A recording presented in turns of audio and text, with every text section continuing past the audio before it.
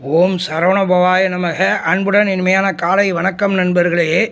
திரையுலக மார்க்கண்டேயன் அப்படின்னு நடிகர் சிவகுமாரை சொல்லுவாங்க. அவருக்கு 90 வயசு ஆகுது. இருந்து திரையுலக மார்க்கண்டேயனாக இருக்கார். யோகா இதெல்லாம் பண்ணுவார். மனநிலை உடல்நிலையை சரியாக வச்சுக்கிட்டாரு. மார்க்கண்டேயன்னா என்றும் 16 அது ஆன்மீக வழியில் சொல்லணும்னா நம்ம திருவருட் பிரகாஷ் சொல்லலாம். ராமலிங்க அடிகளாரை மார்க்கண்டேயன் அப்படின்னு சொல்லலாம். அவர் ஒரு இரவா நிலை, இந்த பருவுடல் நுண்ணுடல் சூட்சும உடல்பாங்க. நம்ம கண்ணுக்கு காணக்கூடிய உடல், உள்ளே இருக்கக்கூடிய நுண்ணுடல், அதுக்கப்புறம் ஆன்மாவினுடைய உடல் சூட்சும உடல். இதை பிரணவ ஒளி தேகம், ஞான தேகம், ஞான தேகம், சுத்த தேகம், பிரணவ தேகம் அப்படின்னு சொல்லி ஒரு ஒளி உடம்பு ஆக்கிட்டாருங்க. அந்த மாதிரி தான். எப்படி ஒளி உடம்பாக்குறேன்னா, இடுப்புக்கு கீழே இருள், வயிறு மருள், நெஞ்சு தெருள், தலைமண்டை அருள், இதுதான் வாழ்க்கையின் பொருள். தெரியாமல் நாம் இருக்கோம் ஒரு சுருள்.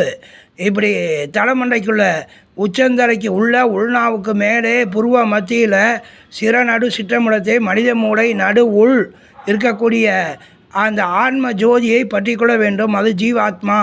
வெட்ட வெளியில் இருக்கக்கூடியது பரமாத்மா. அந்த ஜீவாத்மா நிலையை பற்றி வெட்ட வெளியில் இருக்கக்கூடிய பரமாத்மாவுடன் தொடர்பு கொண்டால் நாம் ஒளி தேகம் பெறலாம்.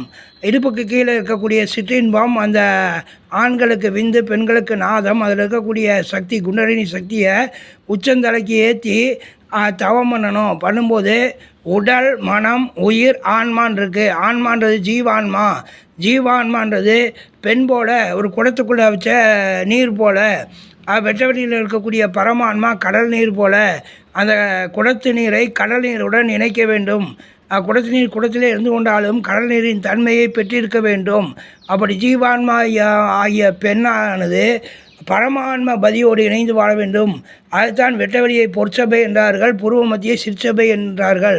பொற்சபையில் இருக்கக்கூடிய இறைநிலையை பற்றி சிற்சபையில் வாழ்ந்து உள்ளே இருக்கக்கூடிய ஒளியை பிரகாசிக்க செய்து உடல், மனம், உயிர், ஆன்மா என்கிற நிலையிலே மனதை சுத்தம் செய்து உள்ளே இருக்கக்கூடிய ஜீவான்மா பரமான்மாவிடம் பெற்ற ஜீவான்மா பெற்ற ஒளியை உயிர், மனம், உடல் என்று பிரகாசிக்க செய்தோம் என்றால் ஒளிவுடமுடன் என்றும் 16 நீடூடி வாழலாம். அதே தான் மார்க்கண்டேய தத்துவம். ஜீவான்மாவை பரமான்ம பதியுடன் இணைத்து வாழ வேண்டும்.